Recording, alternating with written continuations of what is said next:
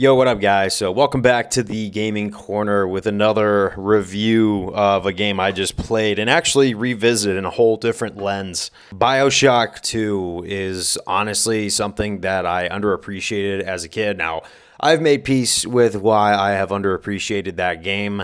When I was in 2012, this was when Halo 4 came out, and then I also believe Assassin's Creed 3 also came out that same weekend, and then I had bought Brotherhood, I had bought Revelations, and I bought Bioshock 2 just because my grandfather had sent me some money and I wanted to drop it on some games that I wanted. I had some leftover money, so I bought a used copy of Bioshock 2, and I'm like, okay, I want to build up to the one I wanted to play most, which was Halo 4.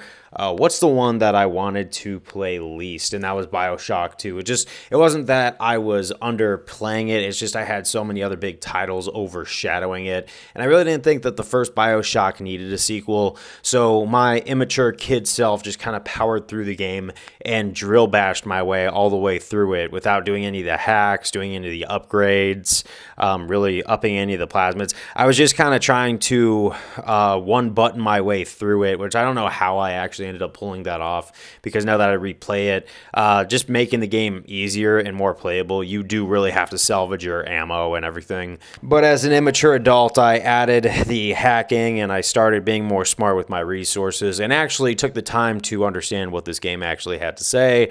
And might I say, man, I honestly think it might be about generational trauma in a way. Now, I don't want to be the one that just gives another synopsis of the plot, because there's plenty of videos out there, but you do play as Subject Delta, and through your decisions, you influence your child. So it really seems like a generational trauma subplot. And honestly, it fits even perfect in today's society, because with all the black pill stuff going on, you do see a society that's kind of falling apart. Everyone's kind of, crazy, and it just seems like resources are scarce and you're fighting an uphill battle. So honestly, this is like the perfect game to play in 2025.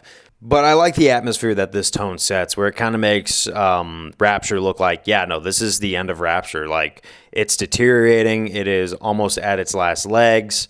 Resources are highly scarce. Things are falling apart. The way they marketed this game, where it's like you have buildings completely capsized, all the air pockets are bursting. There's no maintenance really to go around on this city. Just sets the tone for all of Bioshock to becoming complete full circle for Rapture. The tone it sets for our protagonist, Subject Delta, an Alpha Series Big Daddy, is pretty awesome. Like, you've been out for a while after Sophia Lamb had hypnotized you into unaliving yourself, but you got revived, and now you're seeing the ending of Rapture. Obviously, you don't see any more Alpha Series Big Daddies, but you do have to deal with like every other one. And with the way that the Atom has evolved, everybody, you have the Big Sisters who are trying to out Big Daddy the Big Daddies because they have evolved through Adam. Just like the Brutes, too, you see that they're midway between being a Big Daddy themselves and just being a normal splicer. But one thing I noticed in the writing, I don't know if this is intentional or not, but the Big Daddies that got attacked by the Big Sisters, it basically just seems to be just you. I don't know if I missed anything while I was in the game, but it just kind of seems like the Alpha Series were specifically singled out. And I don't know if that's because when you come across the other Alpha Series at the end of the game and they're complete monstrosities of what you are, like, it just kind of shows how far the Alpha Series has fallen and become such a experiment gone wrong, that maybe that's why the Big Sisters are only attacking you, because you seem like a huge threat to the Little Sisters. And they do have a whole lore about how the Alpha Series Big Daddy had to be connected to one little sister overall, otherwise they'd go insane. So it would make sense that the Big Sister would be protective of the Little Sister and just overall have a bad taste of what a Big Daddy is, just based off of the Alpha Series, and be more cautious.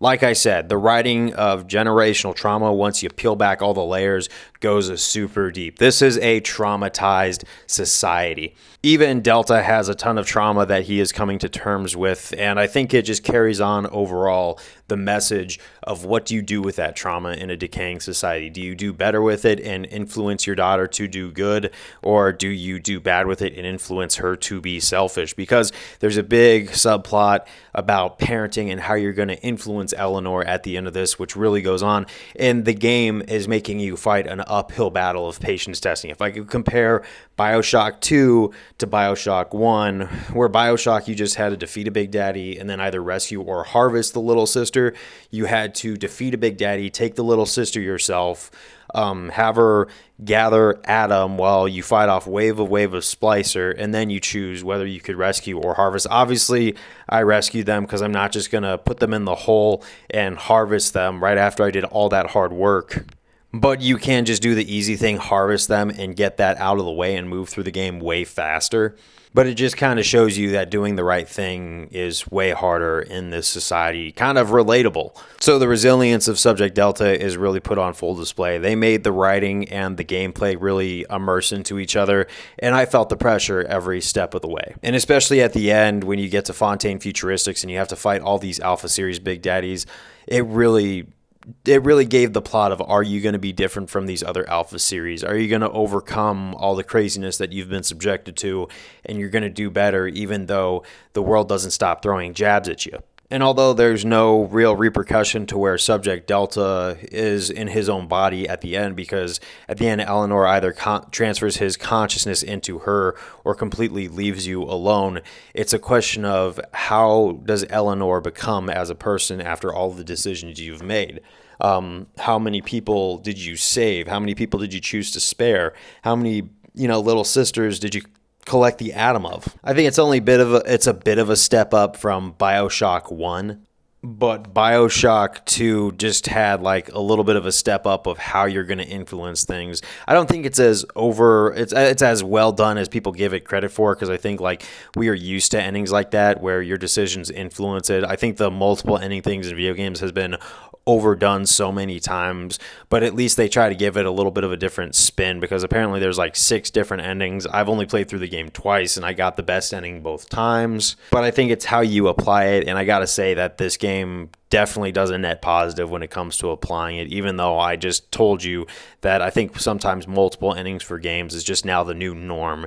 It used to not be. It used to just be one ending with a story to tell, but now that's a different time. Not necessarily against it, but I've noticed this shift in the paradigm that we live by now. But overall, with all the stuff that I had done, this game really puts pressure on you to, use the game's functions to make the playthroughs easier, so that way doing the right thing is easier. So if you're really good at hacking these machines to get discounts on all the stuff you're buying, whether it's ammo, first aid kits, Eve upgrades, gene slots with your Atom, the game really makes you prepare every step of the way just to make things easier. Because if you do what I did in the first playthrough long ago and just drill bash, you're going to be visiting those chambers again and again, reviving yourself, and it's going to be a massive uphill battle. So although the choices of how you are playing are not forced on you, how you play the game and how you invest in everything does basically cover your back and make it either an easy time somewhat or a hard time, because even if you're smart with your resources,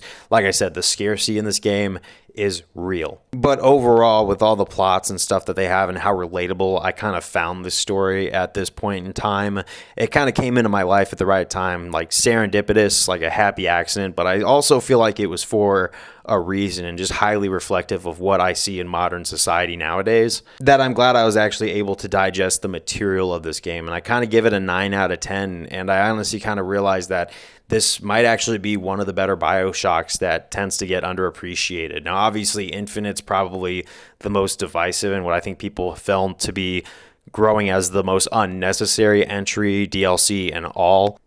But I feel like Bioshock 2 has been slept on in the past, and I think there's a newfound appreciation for what this game had to show us in modern days. So I honestly recommend you go pick it up and play it yourself. It is very cheap on the marketplace, thankfully, but it is definitely a time worth playing. But I will see you guys on the next one.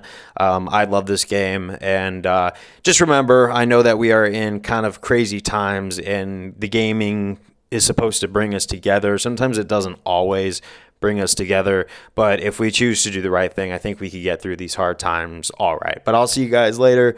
Peace out.